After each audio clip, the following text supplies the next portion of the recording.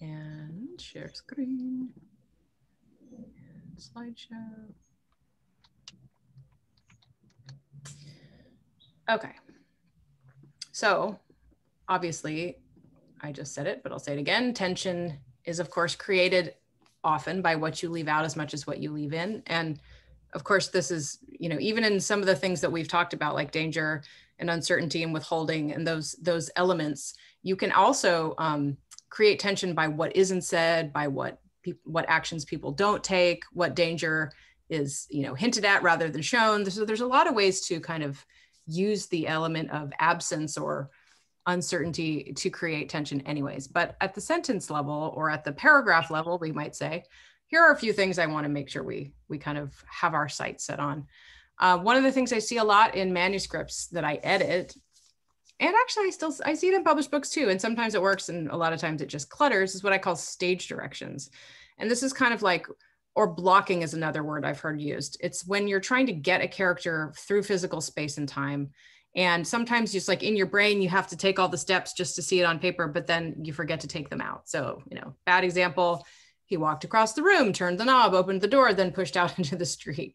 How about just he strode out of the room as one example. So stage directions I find this is something that happens to us when we're telling ourselves the story in the drafting process.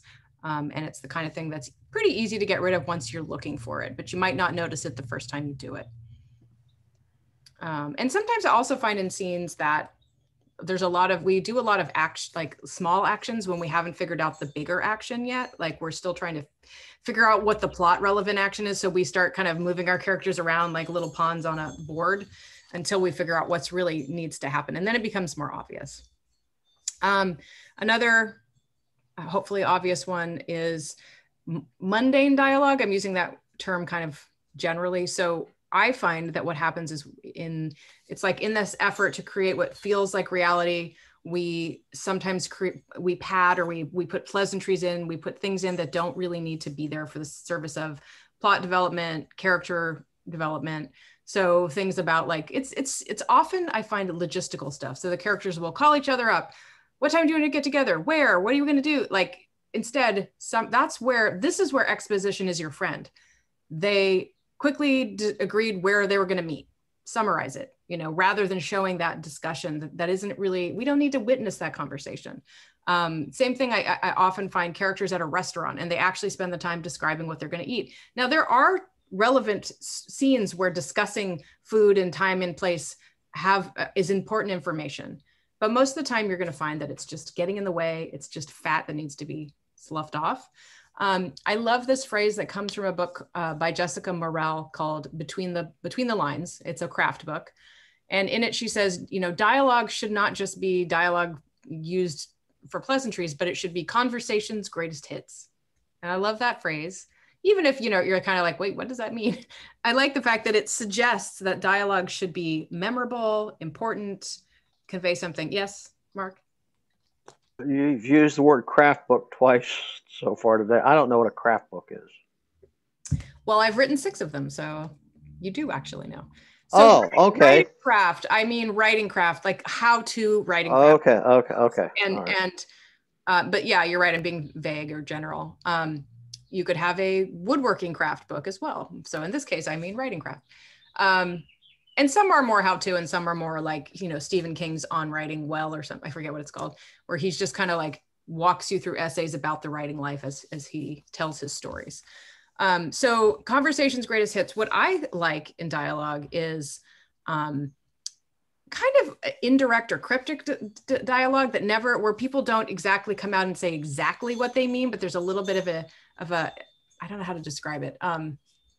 Some obfuscation or something. A master of this is a writer named Megan Abbott. She writes, I guess you would call them suspense novels or not quite thrillers, more like psychological suspense. And she's so good at this, where I was like looking at a scene in a book where characters had like a 4-page dialogue.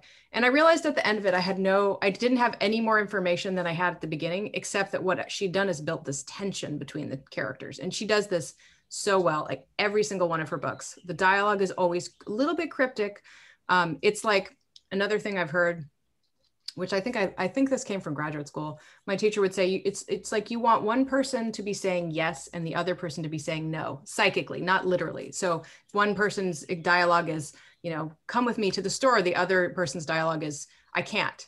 So do you see there's a tension, and it's kind of like similar to the acting improv style. There's a kind of, you want to keep the conflict alive. So if you can try not to, so what I would say, first draft, let your characters talk how they talk. Second draft, third draft, look through and really see how you're utilizing dialogue. Additionally, you know, are you using it as an info dump? You know, I think that might be a slide I have later.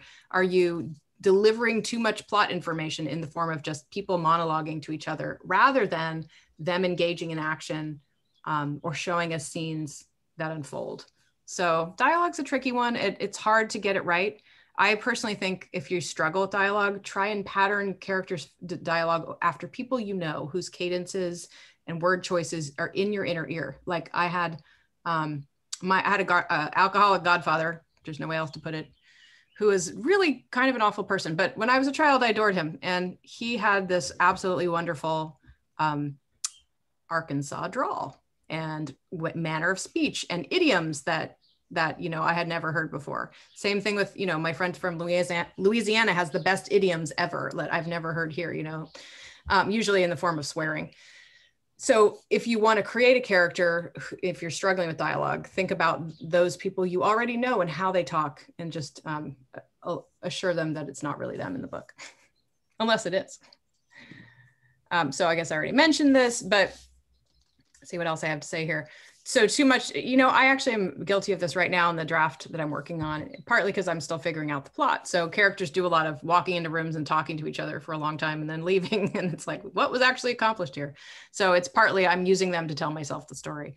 But what happens is also there's a tendency where sometimes you're trying to figure out how to communicate information to the reader through the dialogue. And so you'll have characters tell each other stuff that they would already know, but you're doing it for the benefit of the reader. So you have to figure out another way to communicate that information, because otherwise the reader's like, yeah, these people are married. They would know that information about their joint checking account or whatever, you know. So be careful that you're not overusing dialogue to just because you don't know what else to do. And it just takes practice. Apparently I like the word mundane today. The other way in which we often recreate reality or try to simulate reality is by showing too many non-plot or character relevant details. Because again, we're like, we want you to know this is a real person in a real world. So they get up, they brush their teeth, they have coffee, they put on their clothes, all the kinds of things that we can probably assume about your character without the need for you to tell us. So it's kind of in the same vein as the stage directions, right? We don't need to see them get up, get dressed, unless that person hasn't gotten out of bed in 6 months and this is a monumental event, you know what I mean? So think about the actions your characters take that maybe are just there because you are trying to show us that they're their world, but they're actually getting in the way of the other action, character development, et cetera, et cetera. So this can be, like I said, these are all examples of things you might not need to show. Again, unless there's a really good reason why we need to see your character brushing their teeth. Maybe they've been living in a homeless shelter for a year and it's the first time. Did someone have a question? No? Oh, hi, Sharon. I heard a voice. Okay, so anyways, look for those places where you're, is this action or this happening of my character, is it relevant to the scene? Is it important? Is it revealing something that the reader needs to know? Or is it just there because I want you to know my characters are real people? And so that just means different ways of approaching character development, which are tricky. Another one I say, I will, so many writers, right? We enjoy writing about settings because for so many reasons. Some settings are characters themselves. They're rich, they're ambient. Like I feel like Lizzie and Signe, your story has a lot of great ambiance and the place itself is kind of a part of the story. It's such a key part of the story. But sometimes we can go on overkill. And so I say avoid writing, architectural digest descriptions of setting where we get to know the nature of every sconce and the make of the wallpaper. And, while sometimes, again, like Susan, maybe in your story, like, because you've got wealth and class as a sort of player, maybe we do need to know, somebody's got a loud something. Maybe we do need to know where the chandelier comes from and etc. But then it's relevant. So think about setting instead, revealing setting to us as the character interacts with it. And then also you can utilize the world around your character and the objects within it strategically that way. So if you're like, I'm going to show, like, again, Lizzie and Signy, you've got this character coming back to her father's house after he's died. And so there's going to be really potent moments where interacting with his stuff is important to show us what he meant to them, who he was as a person. But then there might come a point where we're like, okay, we don't need to see every room, right? I'm not saying you've done that. I'm just sort of spitballing, using you as an example. So setting is one of those things. Also, alternately, some people underwrite setting and you can't really see where the characters are, what's going on. But I like to think of it mostly as, it's informing the character and the plot as well. So it just needs to be shown as it relates to what is happening for the character in any given scene. So that's important. Jordan, I just have a quick question. Yeah. So, because I've been reading a lot last 2 weeks, and I go back to these books, kind of like, the cozies or like Charlene Harris. And do you find that there's kind of like a movement toward more writing of like the everyday stuff, and more descriptions? For me, I see it happening more and more in the books I'm reading. And for me personally, I love it because it's, it's very calming, and like, but I'm almost wondering if I just see it more now too. And I didn't know if you saw a trend in that. I think that, what I think you're seeing more of is specific detail.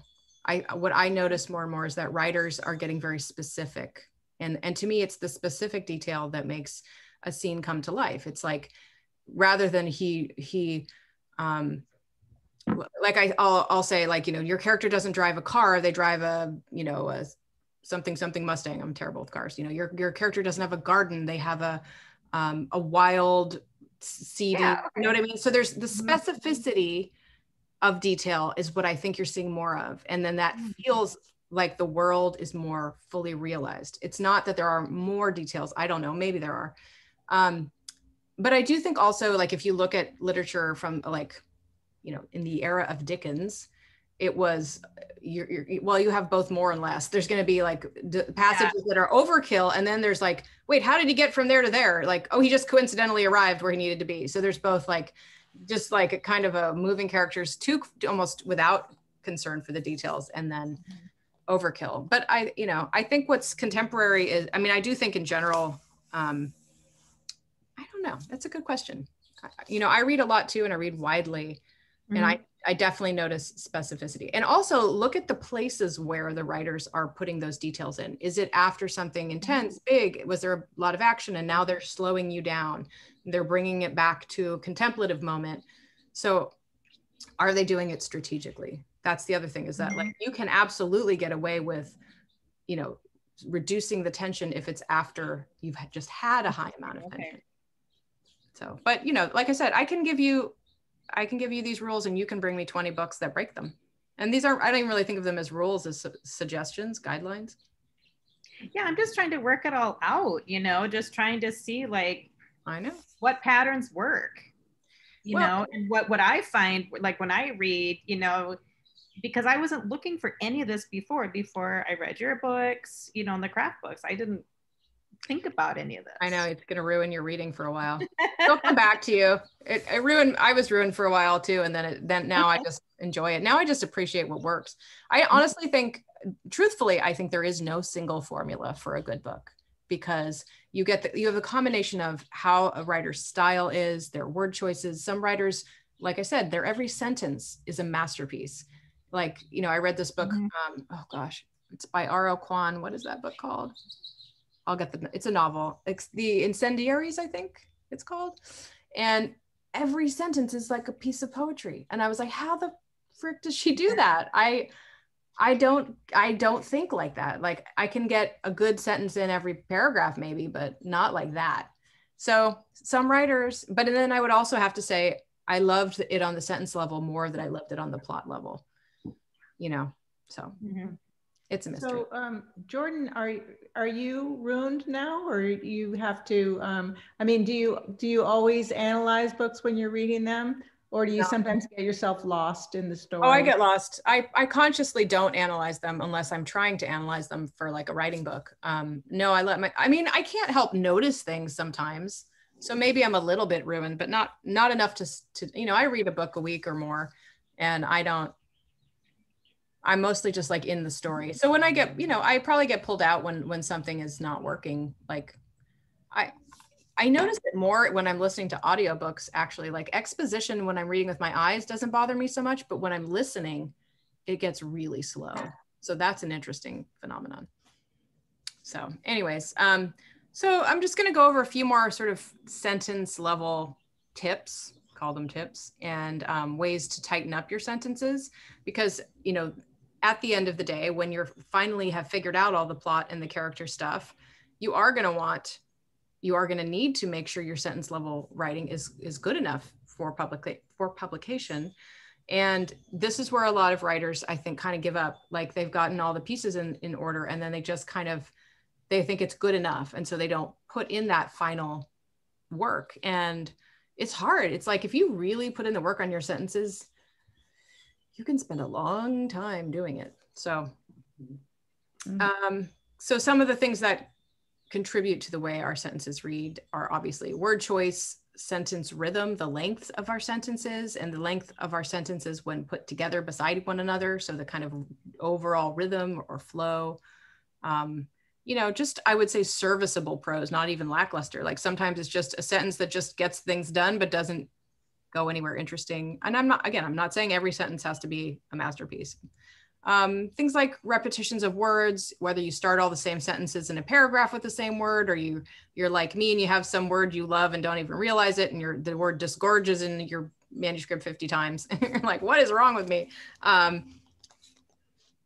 You know, again, the rhythm thing. So sometimes I find like too many short sentences in a row, too many long sentences where you feel like you have to take a breath. All of these things can kill tension, even when you have the plot and the character stuff down.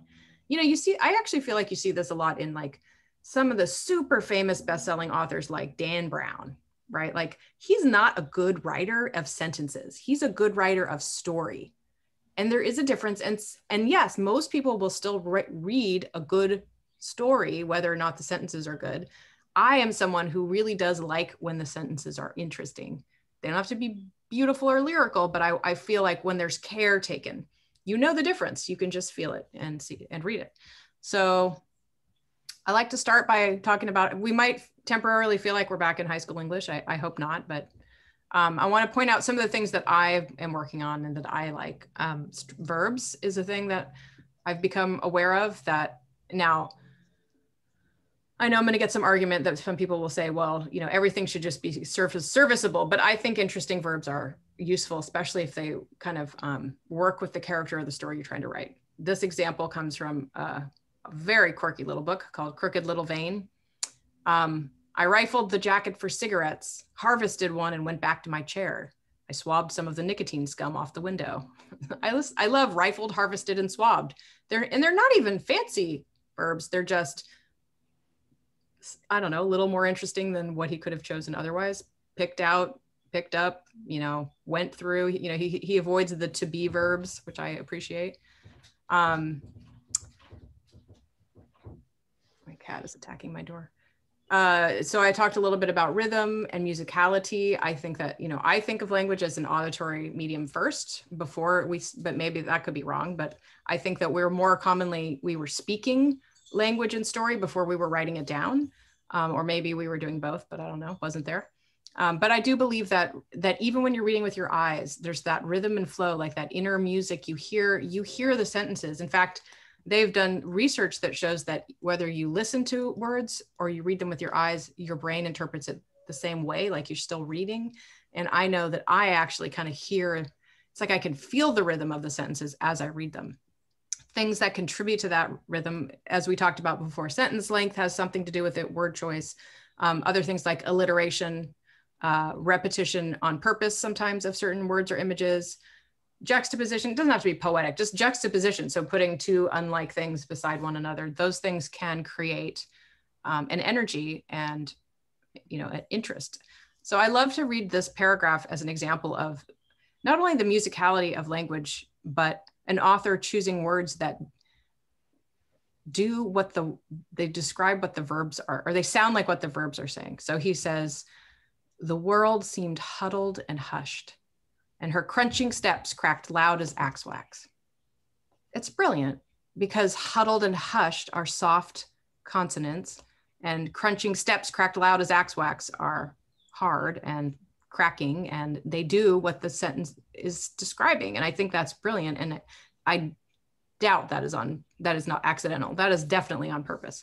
Now, again, like I said, if you spend that much time on your sentences, you know, maybe it will take you 25 years to finish a book, but occasionally, and I definitely think in dialogue, that's really a good opportunity to play with this kind of rhythm and musicality. But this is a wonderful book. If you haven't read it, I read it in like a day years ago. There's just so much of this energy in the sentences. And it's a book too, where I also felt like the sentences carried me almost more than the story. All right, so here we're gonna do something, and I'm hoping everyone has access to something they have written already. This will make those of you who hate writing prompts or can't come up with something, hopefully it'll be a little easier. I want you to find a paragraph, because I want you to be able to, I'm trying to think how we can do this.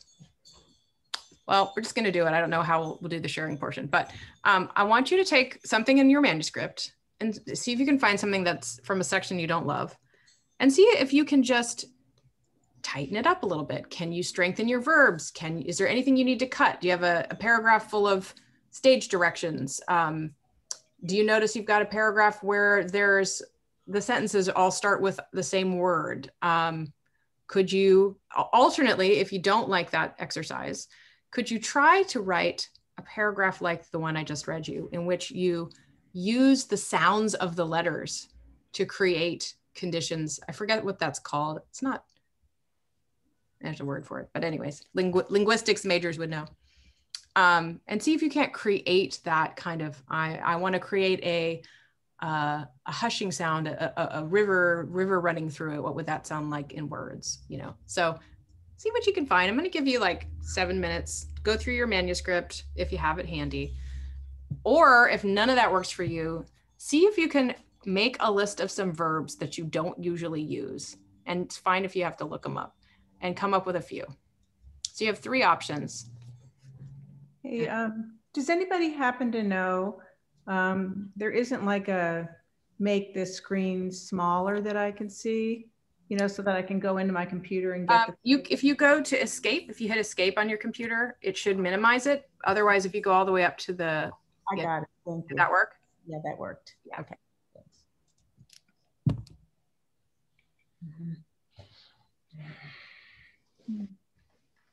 Let's see.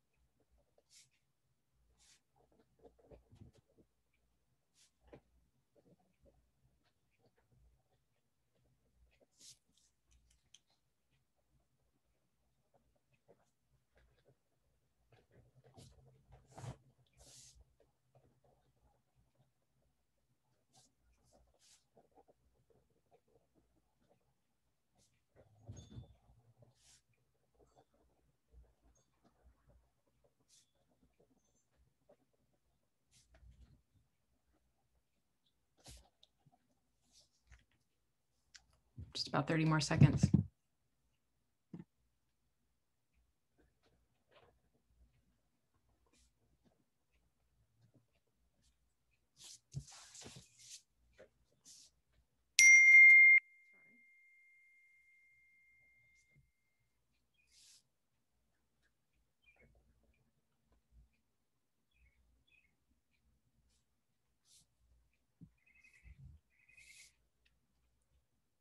That wasn't the timer, that was just my text.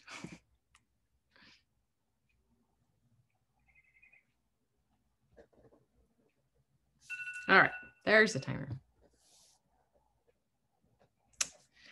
All right, so since I think we have enough time to, if you chose the paragraph option to revise and you're willing to, I'd love to hear you read the before and the after. If you chose something else, you're welcome to read that. But I think since we don't have I have a few more slides, but I think we have time. So who feels like starting? Oh, Sharon, thank you. Remember to unmute. Remember to unmute, Sharon. Unfortunately, I just typed over my document. That's okay. Just read the new one. That's all right. You can tell us all the terrible things you cut. Just kidding. It's one paragraph, and I changed like 4 words. That's all right. Read it anyways. Yeah, I'll do that. Okay. Oh, yeah.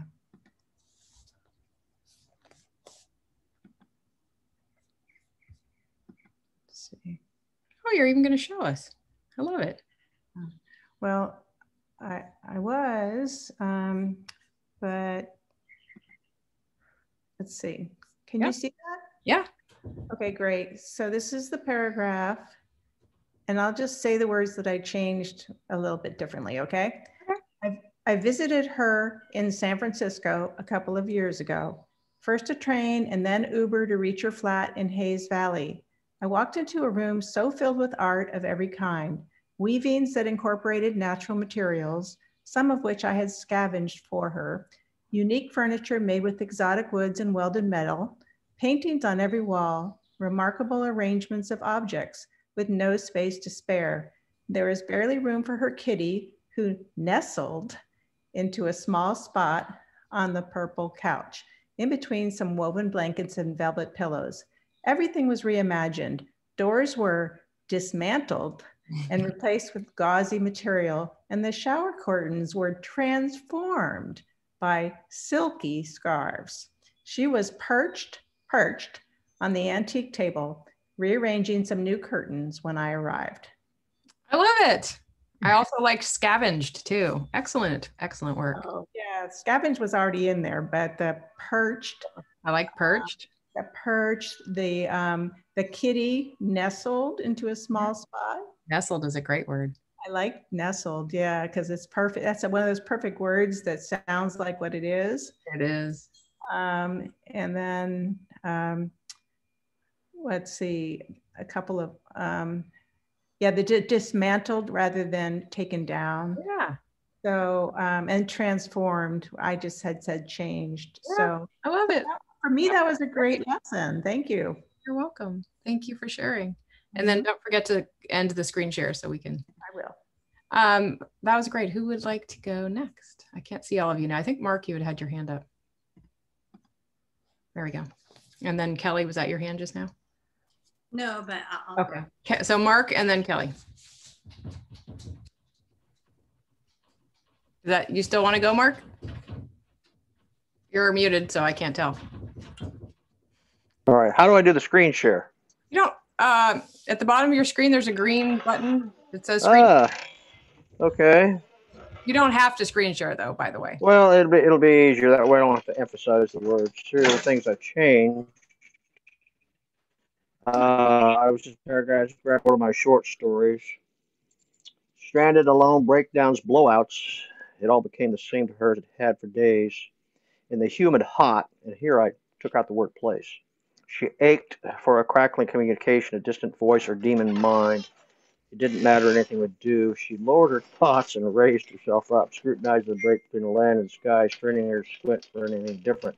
That last paragraph is totally new. Nice.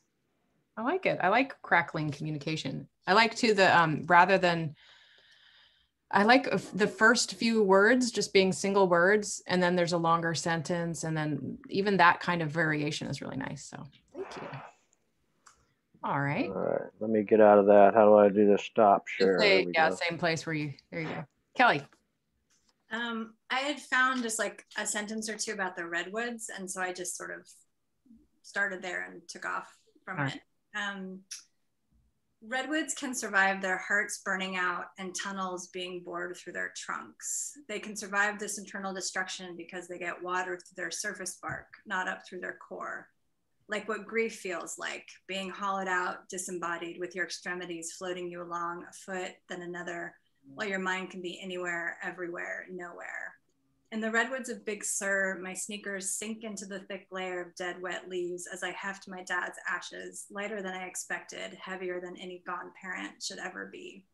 The rubber of my soles makes sucking sounds with each step, making my leg muscles clench. The creek gurgles as I follow its lead deeper into the forest, scanning my eyes for where to put him to rest. Nice. Very nice.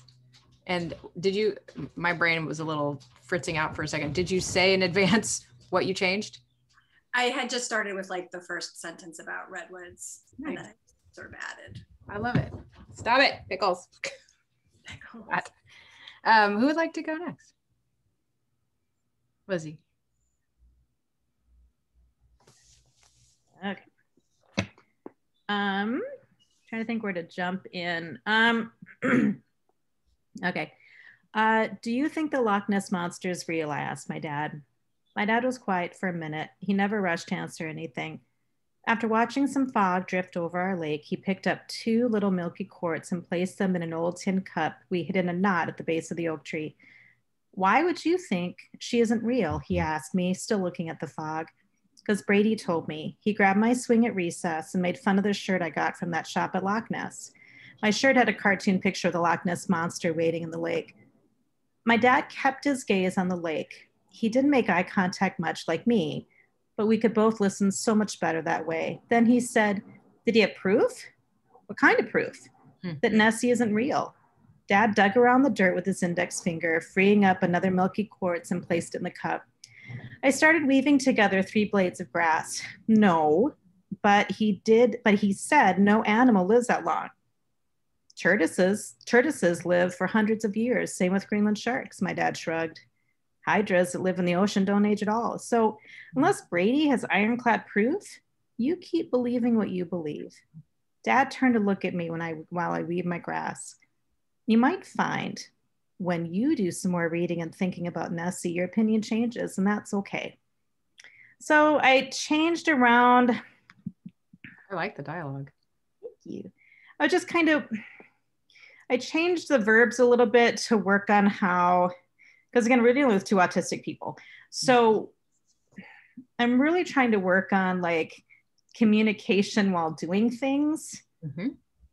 So I was kind of playing around with some verbs like the weaving and the digging and things like that. I like that. That's great. I loved it. Good work. Who would like to go next? Susan.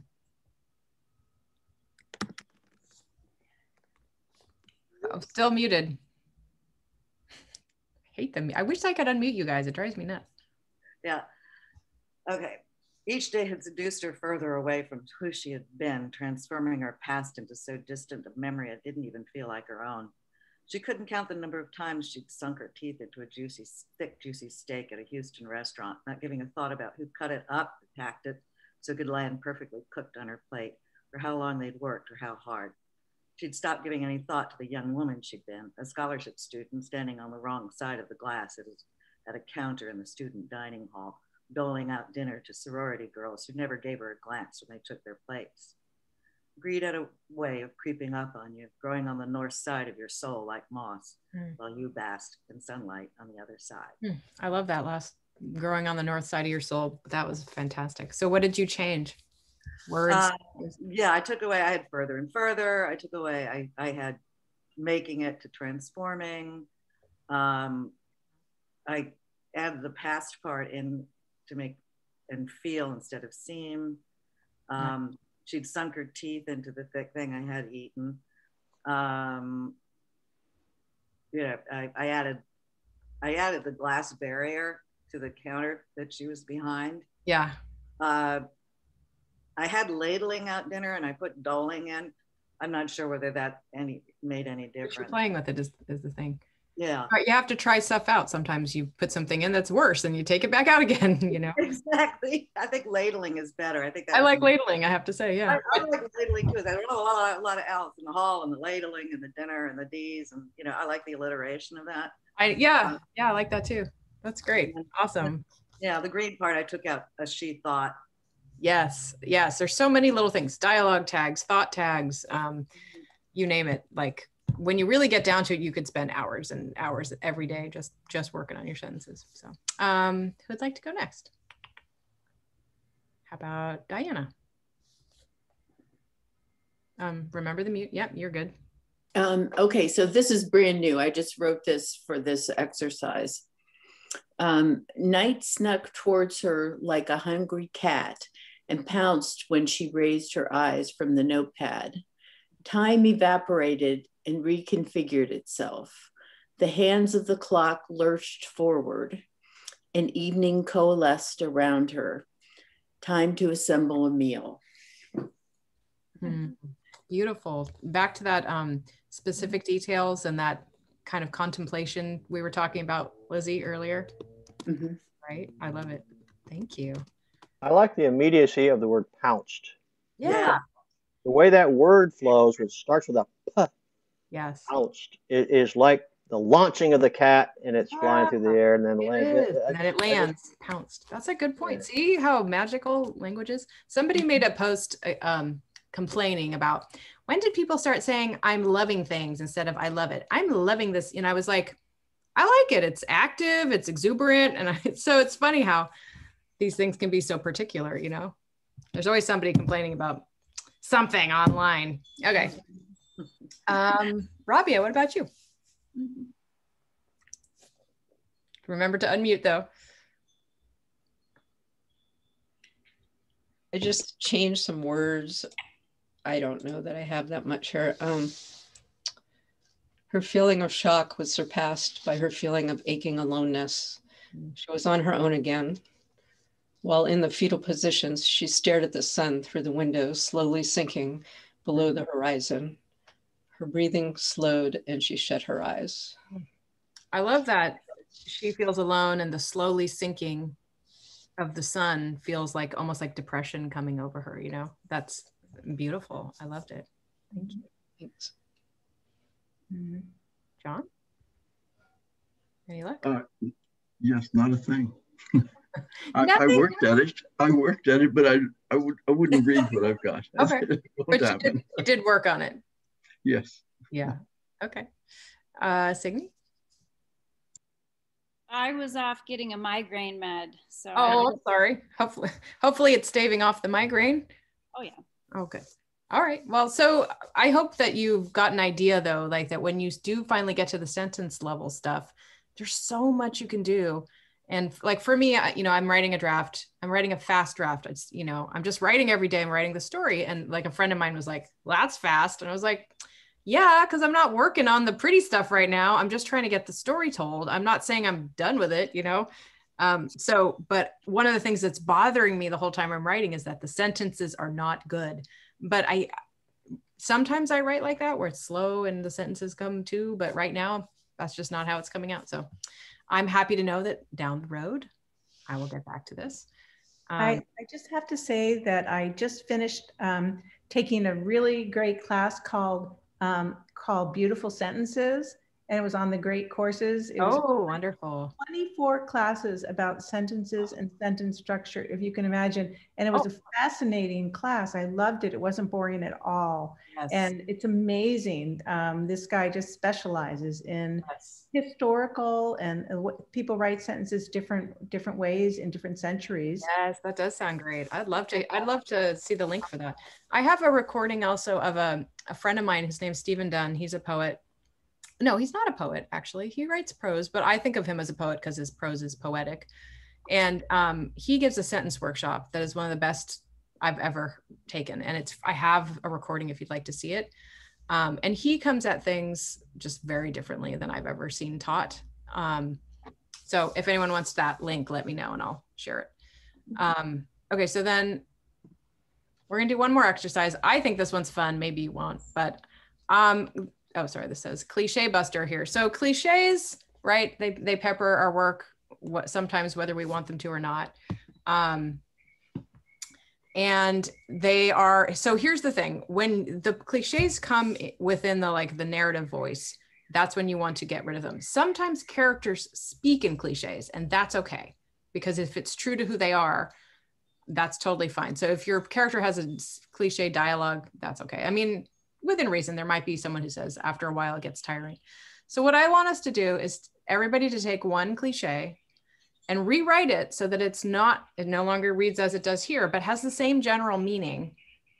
And don't tell us when you read it later which one you picked. Let us see if we can decide. So just one, see if you can rewrite it. So what would happy as a clam? I've had a lot of really fun variations on this one. I'm not going to give you any ideas. You go for it, see what you come up with. And sometimes you end up writing a new cliche, and that's okay too. But sometimes it's a better cliche than the one before it. Okay, so give you a few minutes for that.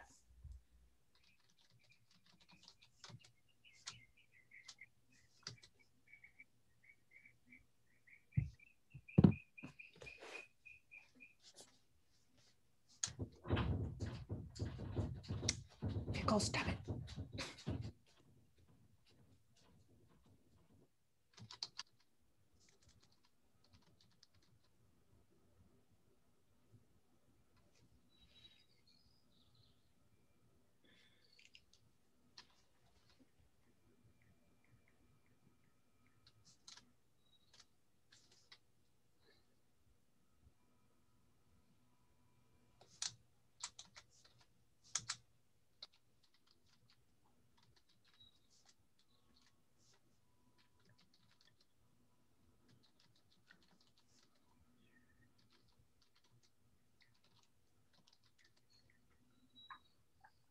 Put that list back up.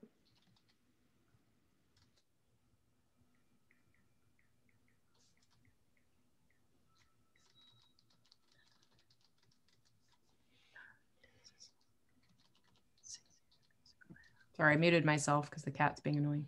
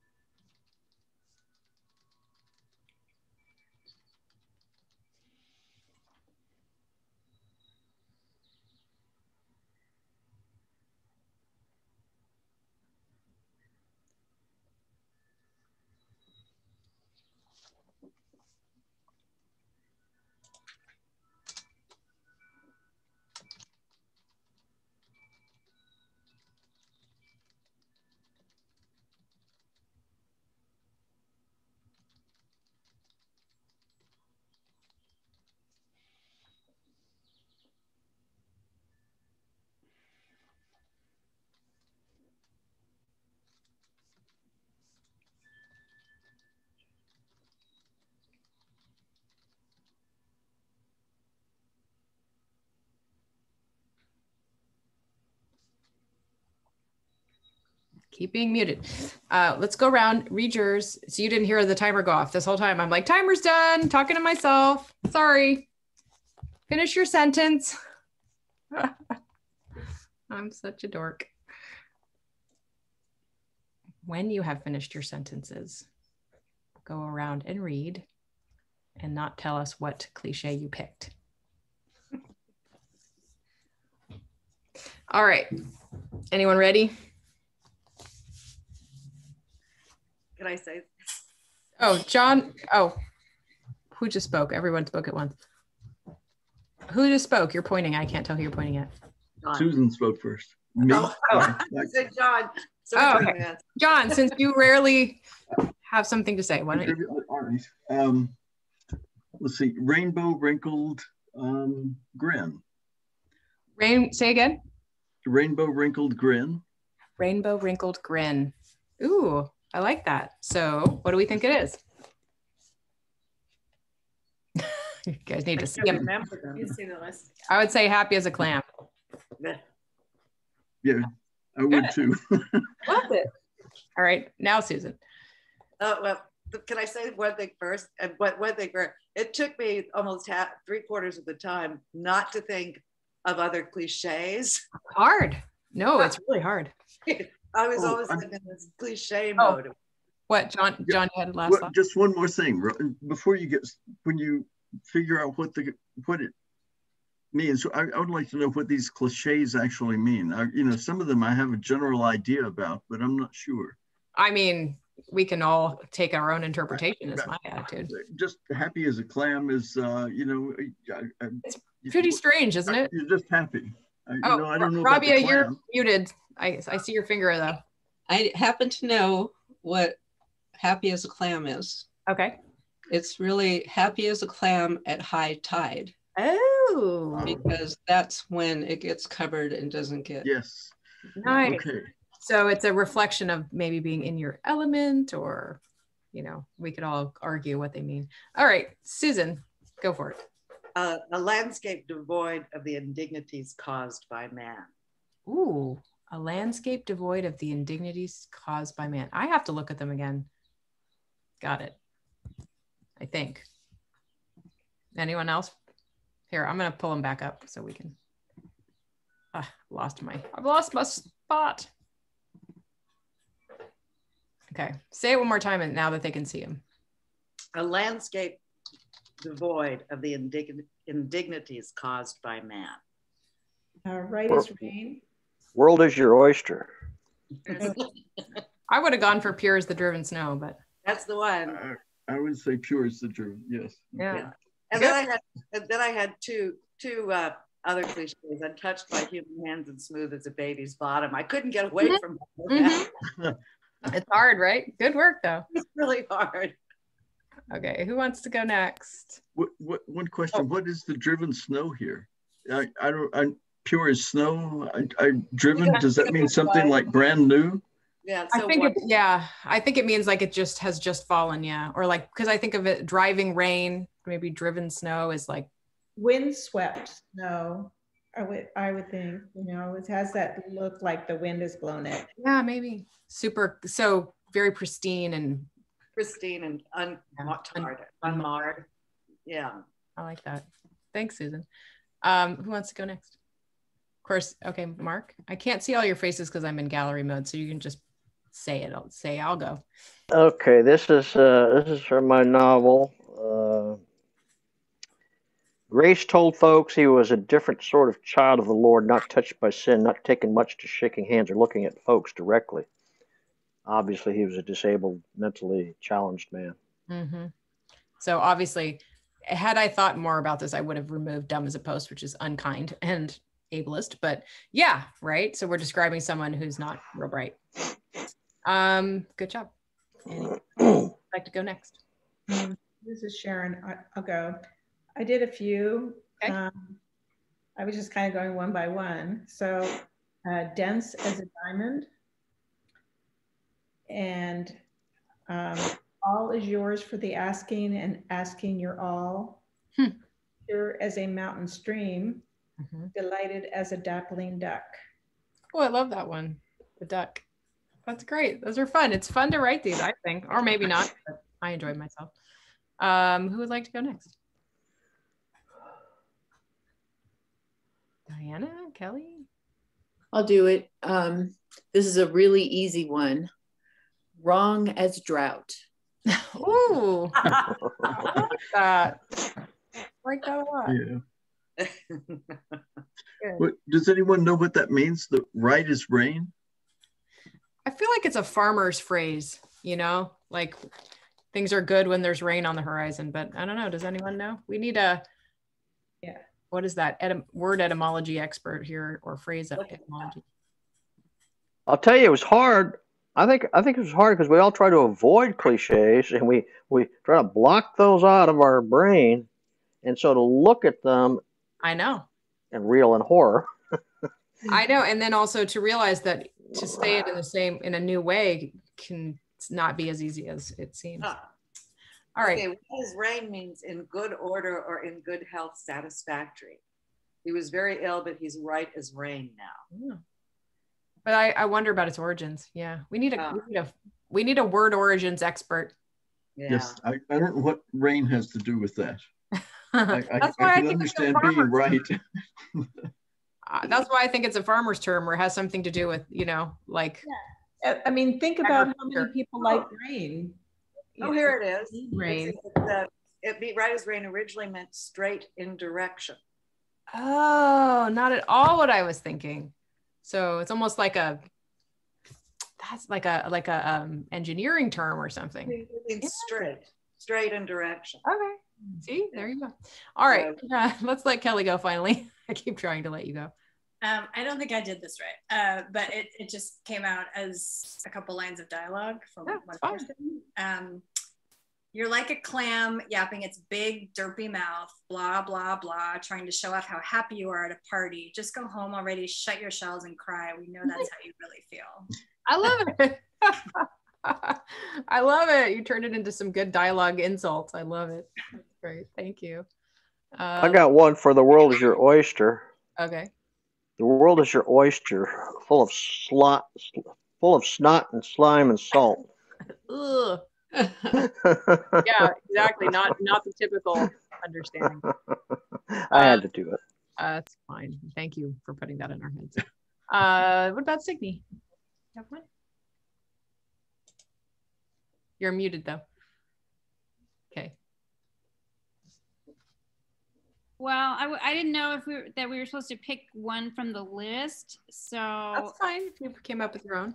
So I picked nervous as a cat.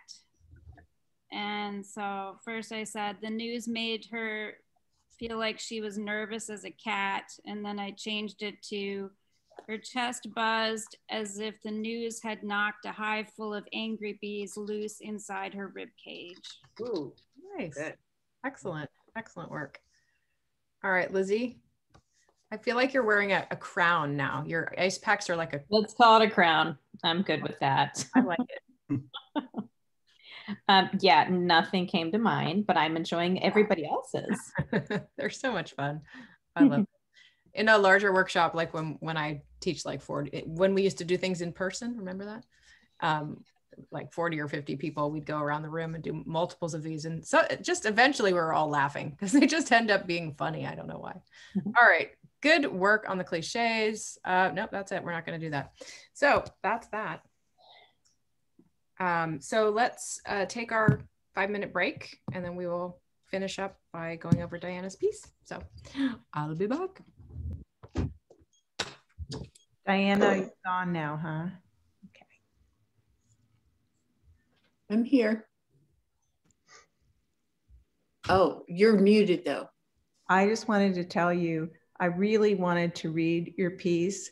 My husband's father died this week. Oh. I was out of town and we've just had all kinds of kind of, you know, just stuff going on. I just got in town a few minutes before I got onto this class. So I will read your piece and I hope that it'll stay posted on online for you to be able to get that like in the next day or so. Okay. Yeah. I'm sorry about your father-in-law. Yeah, thank you. Yeah, he was 95, so he lived a good long life. Mhm. And my husband's just coming back too right now from Florida, and then our son called us both up, and he and his woman are having a baby, and I'm Oh, wow. grandparents. So one life was out this week, and another one coming in. So Wow. that was kind of a nice balance. Yeah. But yeah, so I But a didn't. lot of emotion, I'm sure. Yeah, I didn't get any writing or reading in, so Yeah. just wanted you to know. Yeah, totally understand. Totally understand. Okay, now you could go. Thank you. Okay.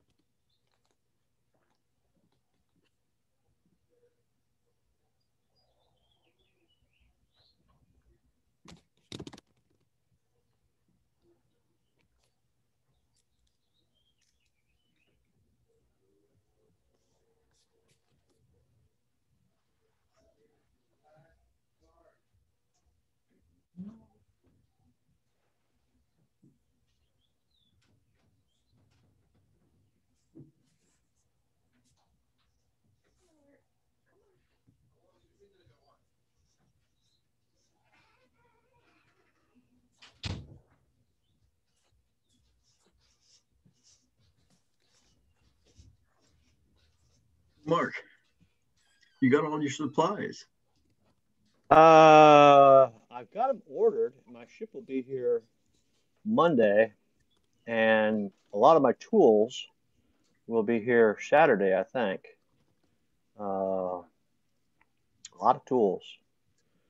Uh, I still have to go to Hobby Lobby. We actually have a Hobby Lobby now in Marshall County in Albertville, so I got to go there. I got a list for that place. Things I want to actually see. You know, you can't. Sometimes you can't. On Amazon, obviously, you can't feel them or compare side by side things. So I'm going to go make a run to Hobby Lobby and enrich them. So That's too bad. Too bad you're not making a really big one. That way, well, we could no, just throw that one on the. That's for later. That's you know, the hard ones with the multi decks and all that kind of stuff, multi masts with all the topsail gallant topsails and all that kind of stuff. That is, oh yeah, those are hard. I start small. Mark, right? I'd love to say that I hate to see you go because I've hardly gotten to know you and I want to know you more. Well, I'm not going anywhere. I mean, no, I'm going for writing. I want to see you writing. If Mike is going to take the next class, I'm going to too. No pressure. I'm not going to say I'll never write again, but right now I can see there's a long period where I'm just Oh, I've written 9 books in 2 years, and it's just, Wow. oh, Damn lot Yeah, of writing. that's nothing. You should I really need get busy. Yeah. I need a break. I need a break. It's like I said, it's like when you breathe out and then try to breathe out more, there's nothing there. There's just Yeah. nothing there. It's not fun. Maybe maybe later I'll It'll be work on fun. that historical novel, but Mhm. I've got nothing comes. It's just horrible crap. So I get push back. I've gotten there with my painting at times. Yeah, I get that with writing. I mean, I've been writing since I was 8 and almost 40 years. You know, I have my moments. There are times when I thought I wasn't a writer anymore. Hmm. You know. Anyways, we're back for folks who are still off screen. I'll tell you one of the demoralizing things. The more I learn about how to write, the less I know I feel like I can actually do it. That's Back when I didn't know anything, I had fun. I would write it 8-10 hours a day. That's how, honestly, when I was a young writer and I didn't know anything either, I think I did some of my best, at least freest writing that I had ever done. And it was, in fact, I went through a graduate master's in writing program, and I loved being immersed in it. I loved the immersion because it was a low residency. So I'd fly there for 2 weeks, stay on campus, live, eat, breathe, sleep, writing, lectures, workshop. And I loved that, but it killed my love of writing for a good year. After the program, I couldn't write. I went in to write short stories, and frankly, I've only probably written 2 short stories since, and I graduated in 2005. So yeah, you know, such a thing is possible. Don't do a master's degree unless you're going for the fun of it. That's what I say. Don't take it too seriously. All right. So we are going to talk about Diana. Something that I do in my other classes, and I've kind of been falling down on the job, but I want to resurrect it, you know, even though it's at the end of this class, is I'd like you to read a paragraph out loud so that it puts us back into the story before we start talking about it. And you can pick whichever one, if that's okay with you.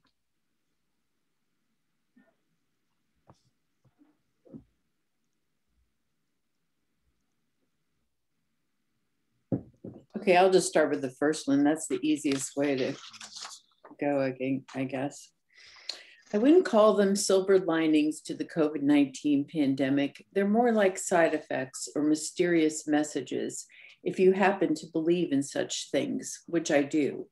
So before the world fully reopens, before we turn on our economic engines and fire up our rockets of growth, I'd like to acknowledge a few quiet things that have changed me during this slow time at home, some things I've remembered and others I've learned.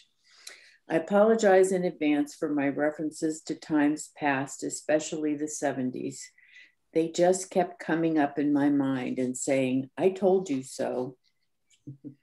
I love it. Great. Okay, so let's do the usual where we start with the heat, what we loved, what worked for us, and then we can move on to what we want to see more of or change. Who would like to go first? And remember, I time you, but when you hear the buzzer, just finish your thought. You don't have to rush right away. Mark, was that your hand? Yeah, I'll give it a shot. Let me see. Okay.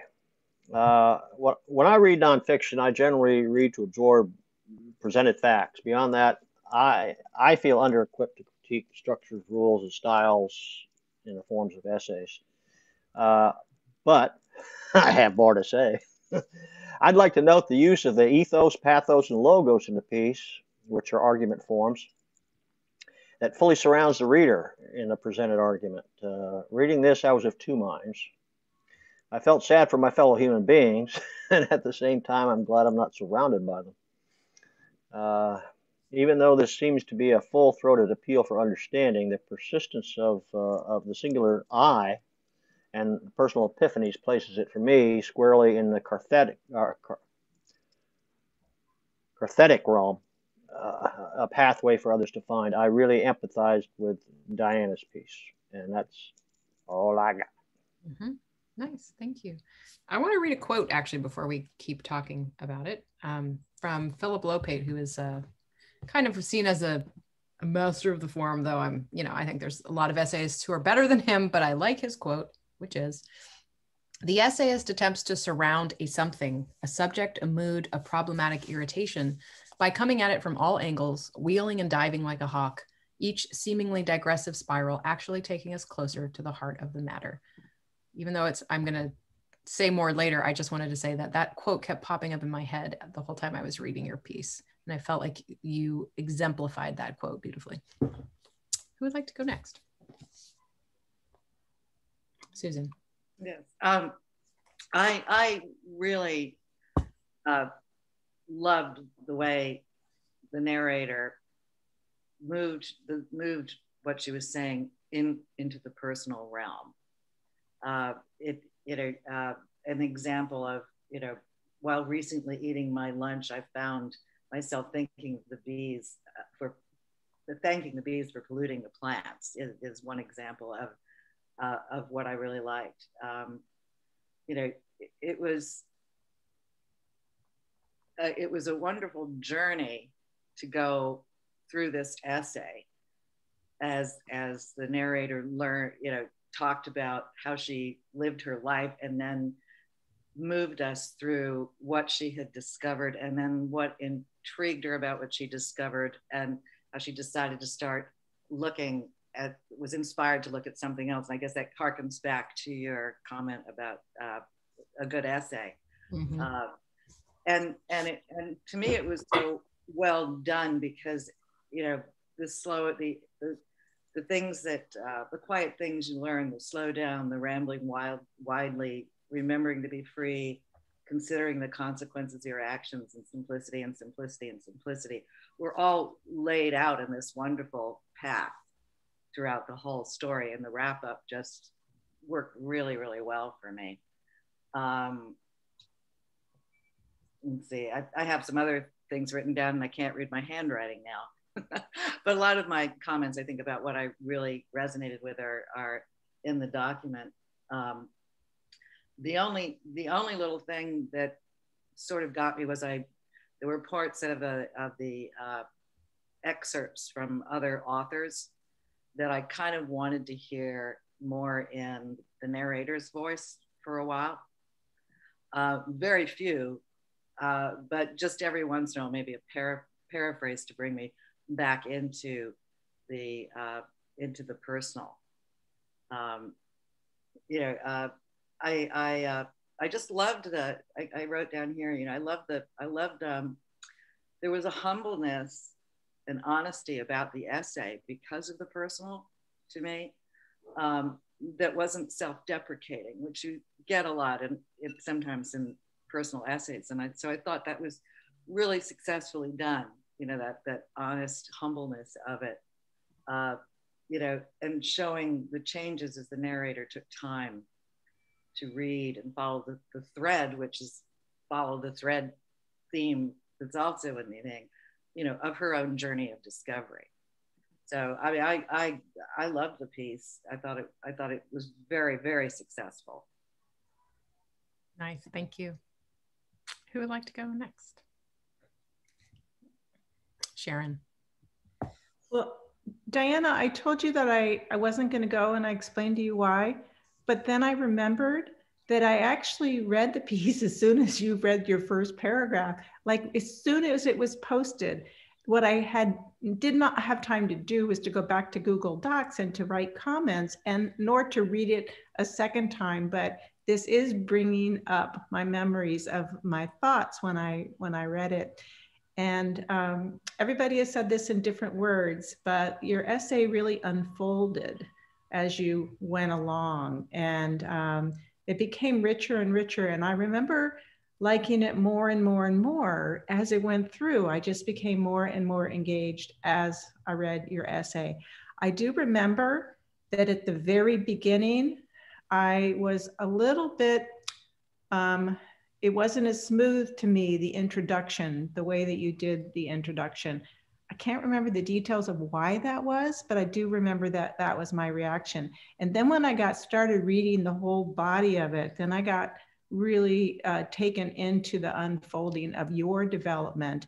And I feel like the subject matter of how the pandemic has affected people is an amazing subject matter, I'm very interested because everybody's been affected in a different way. So just hearing your perspective about how, the reflections that you had. I mean, some people just watch TV, a lot or whatever, but it really had a very impactful effect on you. You were very thoughtful about the whole experience, and that was fascinating to read. So thank you. See, I always have something to say, even if I shouldn't, probably. Thank you, Sharon. Yeah. All right, who would like to go? Oh, Kelly. Just to reiterate what other people have said, I really loved the personal details and the moments that were describing the narrator's life and experiences. I thought those were really lovely. And I think that like the thing, like the hot piece, like that's just what I want more of. I think reading through it is that I was craving even more specific details about the narrator's life. There was, I can imagine more scenes from it. There was places where there was exposition about it and explaining the life and the experience. And I kind of wanted to see it even in real time, unfolding a little bit more.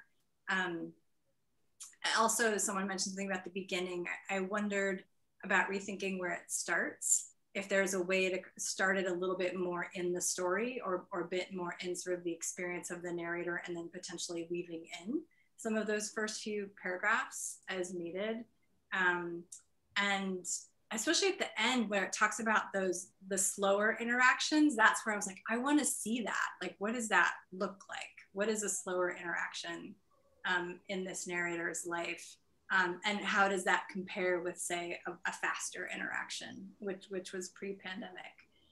So I think in some ways I was just curious about like, what would it look like if there was more of the personal sort of real-time experience of the narrator woven in even more with sort of the reflections and the learnings from the books, because it felt a little bit more weighted on the books, and I wondered about shifting that weight a little bit or just making it more equal.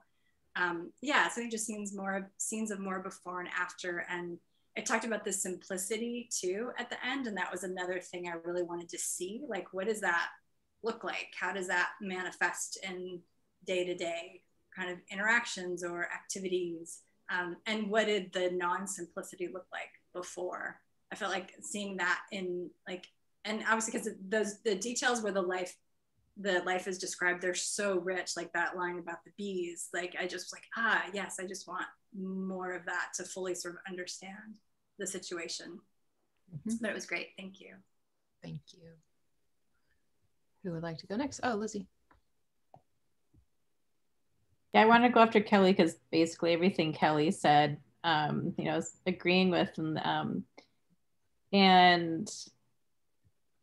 I really enjoyed reading this essay because when you brought up, like, it wasn't just a pandemic, it was the wildfires, it was the climate, it was this other stuff. And honestly, it's not that I forgot, but it just has been out of my mind, and that got me thinking, of the other traumas collectively, we've gone through, and, how that compounded. And I think again, like with, the line about the bees and how much more I wanted of,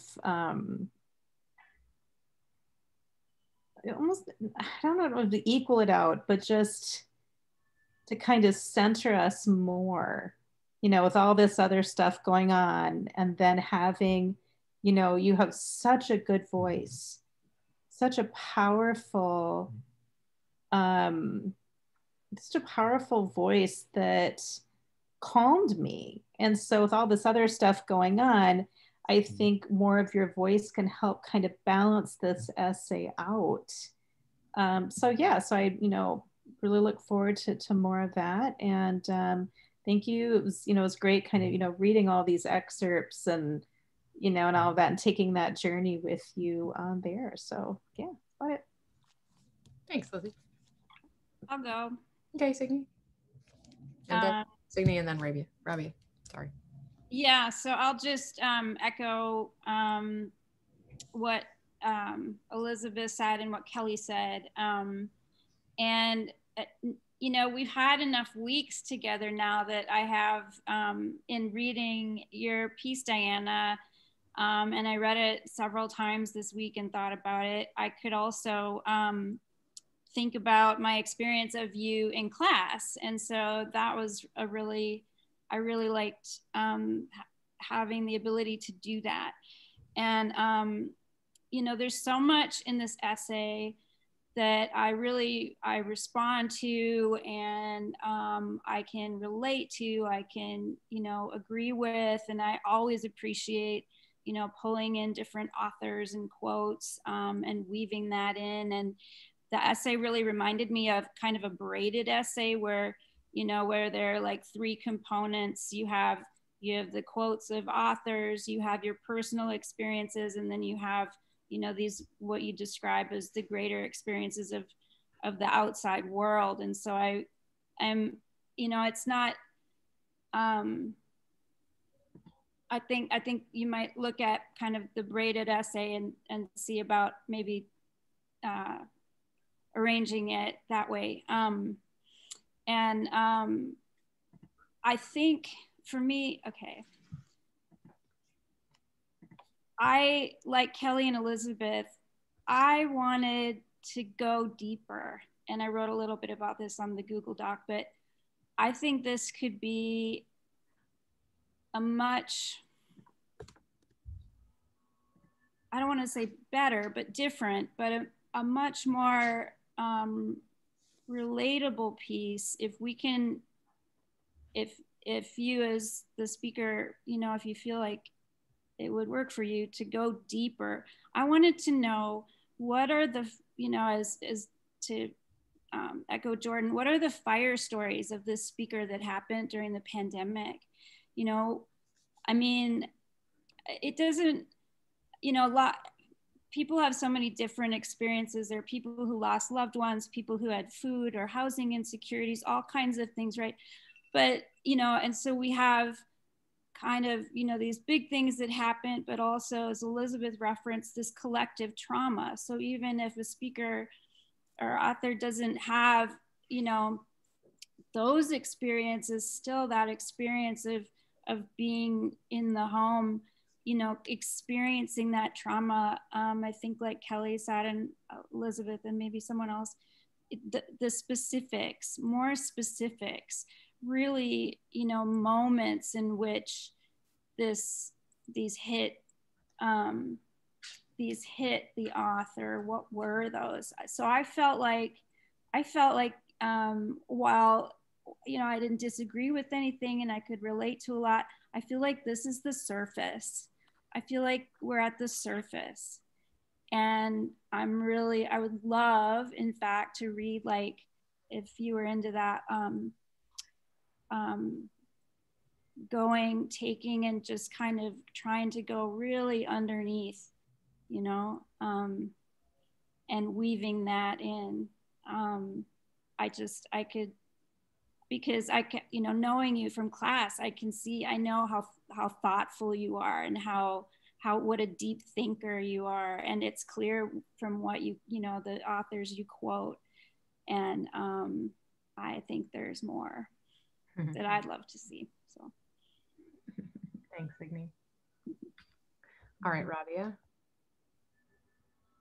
I really like the essay, and I think the previous speakers have said a lot of what I would be saying about, well, I'll do that after I talk about this. Oh, and by the way, I'm wearing glasses because the screen is too bright for me, not because I'm trying to hide my face.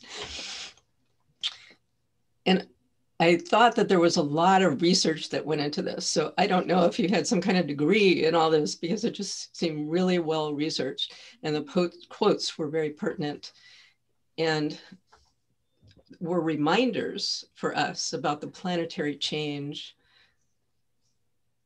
and what's going on in ourselves as individuals. And I think the core of it, sometimes it seemed academic. And so I wasn't sure if the narrator wanted to make it more academic or not.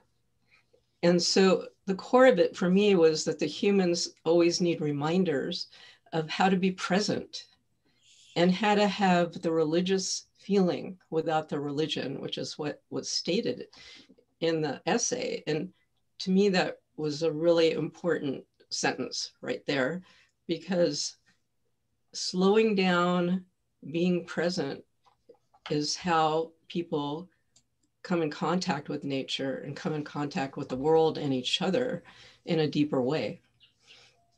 And I related to everything. I mean, it's all stuff that I've thought about, economics, climate change. And I really like the story about the man asking for a younger wife by 30 years, because the suffering in the world is mostly self-inflicted by short-sightedness, short-sighted decisions, and by humans. So that example was really, really good about that younger wife by 30 years. There were things in the essay that I had never heard before, and I wrote them on the Google Doc, but I don't remember it right now. And I would have liked to know more about it because it was new information. So you can finish up. So don't feel like just because the timer went off, you don't have to. Okay, I'll hurry.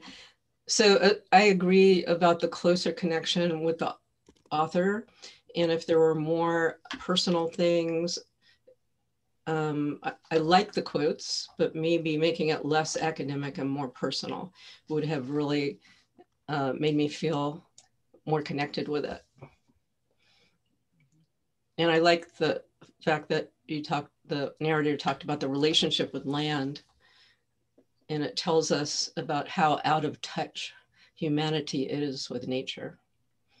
So being simple at the end was also a good way to end it. I liked it a lot. Thanks, Rabia. John?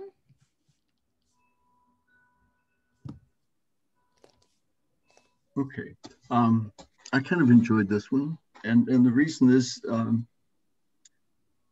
I guess I'm more of well, I am, I suppose, an engineer, and when I read for understanding, and a lot of the emotive words and the vivid imagery doesn't have a terribly great effect on me. So I really run through and can I just try and find out what's being said. You know, what is the main gist of what's going on? Where are things? And that's probably not so great. Anyway, this class is good for that. I'm having a terrible time with it.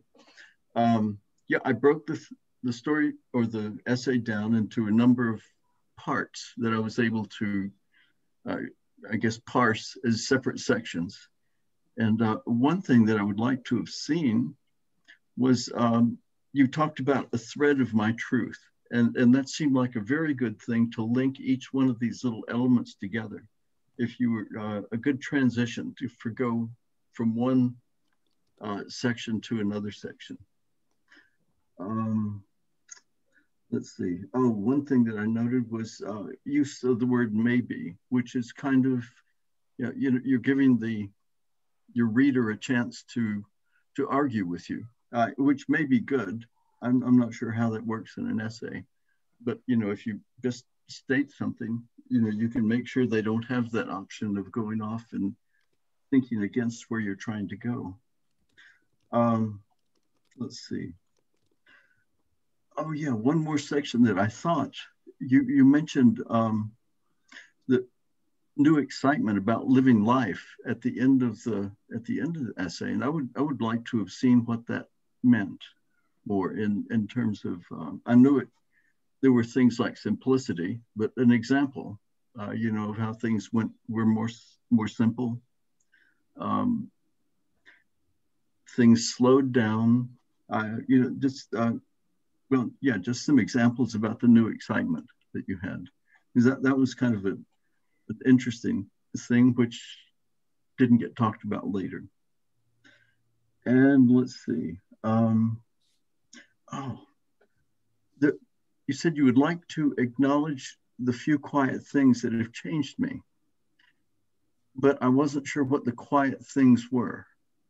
I do note that you said that slowness seemed to fit the theme of the essay, and I assumed that the slowness and the quiet things were related, but I wasn't quite sure how. Maybe the quiet things came as things slowed down, or maybe the quiet generated the slowness, because there was a lot of quiet when everything just quit and you were left thinking on your own. I don't know whether one led to the other or they were commensurate. So that's something you might want to look at. Let's see, that's basically the big things. There was the argument that you made about, where you said, I got everything I wished for, but not what I intended. And the gist of that was that part of the context influenced the outcome, but I wasn't sure that I could see that the context itself influenced the outcome as necessarily as much as the players themselves. You certainly had no influence on the outcome of the general situation, but on your own, you were the prime generator. So it's like, may want to clarify how that example worked in. And yeah, that's about it. I think that probably runs through the main things that I was looking at. Thanks, John. And yeah, it was good. I felt like I could talk to this one a lot more than the others that I've looked at and read this time. Thank you. Did everyone have a chance to go other than me? Okay. Well, Diana, I really enjoyed reading this. I had no idea what to expect going in, and I felt like the reason I think that quote came up for me from Philip Lopate was that I felt like you had this kind of central idea, and then you were sort of taking these different approaches to walk us toward what you understood, what you learned. I mean, to me, the essence was, this was a difficult time, but I learned some things about myself. And I think that's a good reason for a personal essay. And it's deep and it's complex. And there was some just incredible imagery. I highlighted a number of sentences and images where I just, or even just like your philosophy on something where I thought, this is really great. And I actually, what I felt, others have said that maybe the quotes sort of interfered at times, or for me, there were a couple I felt were too long.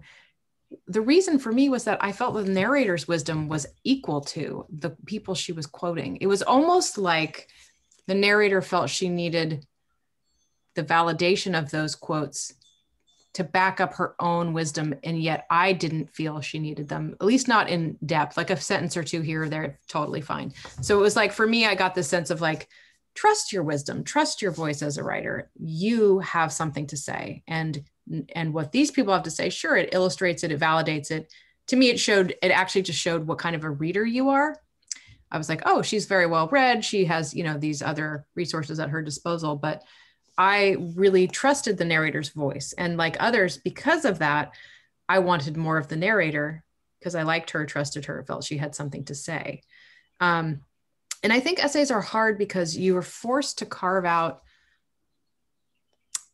you can't say everything about everything. Let's put it that way. You're forced to narrow and limit what you have to say. So even though you say a lot, or your narrator says a lot in this piece, like, yes, there are places we certainly would like you to go deeper. And I left some comments too, I think similar to Signe, where I was like, I think what these times call for, like of all of us, is that we have to recognize, we have to touch upon and acknowledge the greater challenges that exist for people outside of our own experience, while that as a way of saying, I am aware that life is harder for other people than it is for me.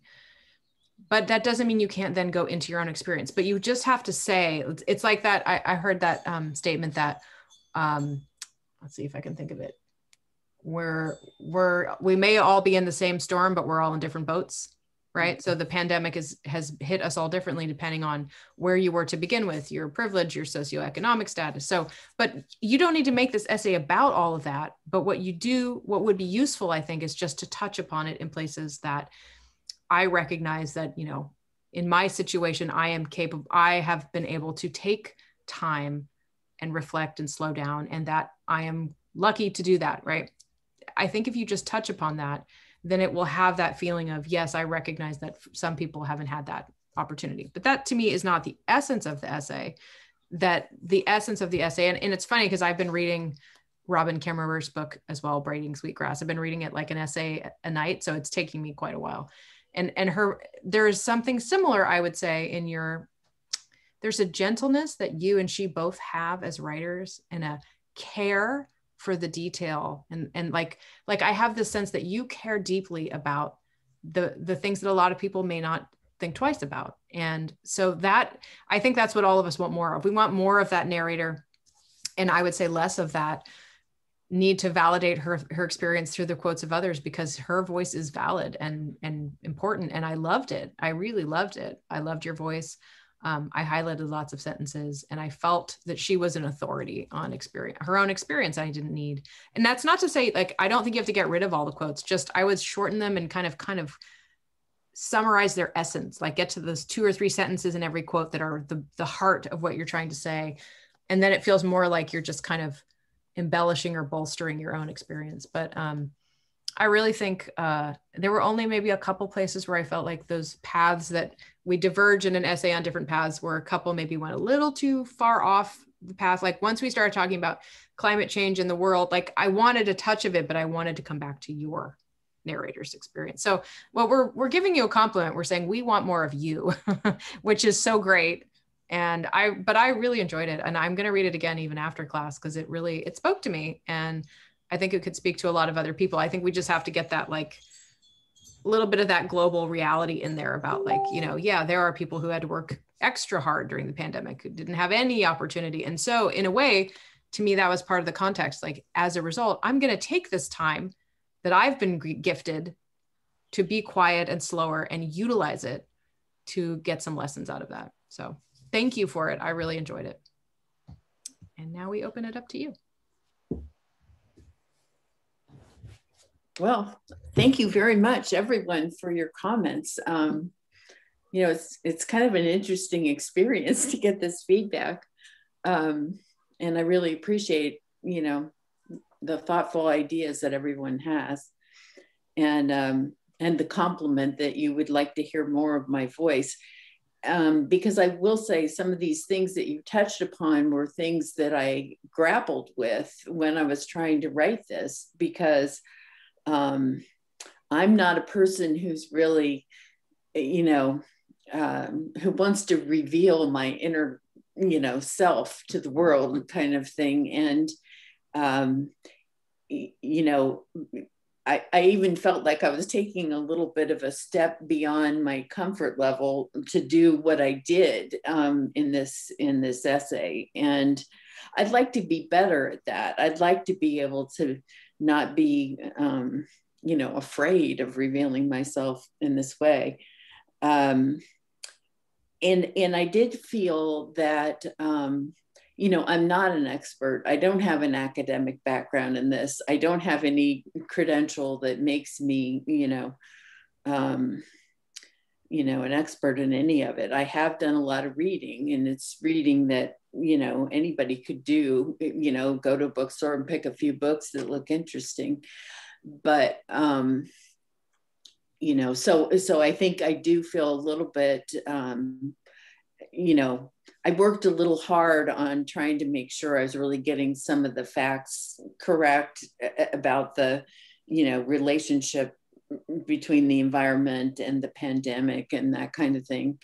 And, you know, the other thing I grappled with was in the beginning, you know, I have that one paragraph where I talk about, you know, other people having had a lot harder time during the pandemic than I did, because at one point I couldn't even go forward because I kept saying to myself, this is ridiculous for you to try to write something like this when so many people have died and really had a really hard time. You know, it's going to look like you're just some, you know, shallow nitwit, you know. And so so I put that paragraph at the beginning as a way of trying to, set it out, right at the outset that I truly understand, that a lot of people have had a really hard time, and I can't, I can't ignore that. But I can only be who I am and where I am in all of this. And that's why I picked that quote from Pema Chodron, "Start where you are," because I kind of feel like this is where I am, and this is what I have to contribute, if anything at all. But I really appreciate hearing how all of this came across to other people, because you get into it and then you have no idea as you're going through it whether any of it even makes sense, let alone if it's something that anyone would bother to read. So I guess that's about all I had to say about it. But I just thank you very much for taking time to read it and giving me such nice and good comments. Thank you for sharing it. The essay form is a vulnerable form because you do reveal yourself in a much balder way than you do in fiction. So I really credit essayists for the work that entails. So thank you. All right, let's set our goals for next week. And I sent out a link today. I just wanted to let you know the next sort of session of this class, it'll be a different subject, but same format, same day. We'll be picking up in July. So just kind of keep that in mind. I like to give you guys first dibs. And then if we don't fill up, then I'll start sharing it with the rest of the world. Lizzie, what is your goal for next week?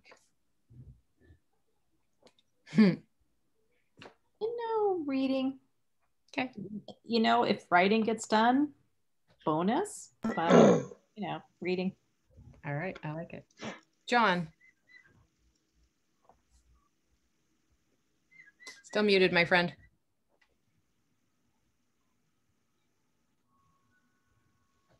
Yeah, I would like to get an outline of how to get the rest of the story put back together again. Okay, good work. Diana. I'm gonna take these comments and maybe take another pass, and see what I could do that might, as people have said, bring more of my voice into it, maybe more awareness of the larger scenario. Perfect. Thank you. Signe. I wanted to say one thing quick to Diana. I think the fact that the speaker didn't, you were saying like it felt kind of invalidating because there wasn't some big, bad thing that happened specifically to you. But what I wanted to say was I think that story is so important because it can validate so many other people who have had that same experience where they'd gone through all this trauma, but they didn't have someone close to them die. It wasn't, they didn't lose their home, but there's still that very, very real trauma that your story can help others validate, because I think others are feeling sort of like, I shouldn't allow myself to feel bad or feel trauma or feel like I'm, whatever. So I wanted to say that. And then I think Elizabeth and I are going to try to make a schedule for our work. So great. Thank you. Kelly. I think I'm actually going to take another week off. Okay. I think I'm going to get clobbered with edits in about a week. So I want to. Okay. Got to be prepared for that. All right. Susan. I'm going to stop the research, stop the synopsises, and get back into the story and start just writing it down. Back to story. Awesome. Mark. Well, while I build my new ship, I'm going to go back and reread and read for a first read of several books I have. A couple of them are yours about writing, but not without intent to absorb, just for the enjoyment of reading about writing. Good. I think that'll help me get out of the mechanical processes that have blocked me. And if I'll have something to write, I'll have something to contribute on July 15th or whenever the heck that starts. Awesome. Thanks, Mark. Sharon.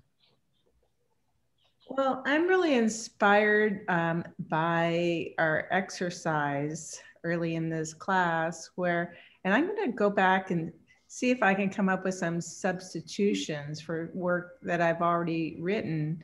And that's one thing, but I got delayed this week and didn't get really to write on the third chapter. So I'm also going to start working on that as well. Great. Start work on third chapter. All right, Rabia. I'm working on a class on plotting, and so I want to spend more time with that. I'm trying to balance being an intuitive writer with having an outline. Mm-hmm. I get that. So I'm going to be working on learning how to do that. Good. Awesome. Well, good work, everybody. I'll send out recording and slides later on. Have a good week, and you know where to find me. Sharon, you're up next week. Oh, I need to send you my stuff. Send me your stuff when you get around to it, and I'll put it out. All right. Ciao, everybody. Bye. Thank you. Bye. Later. Thanks, Diana. Thank you, Diana. Thank you. Thank you, everybody.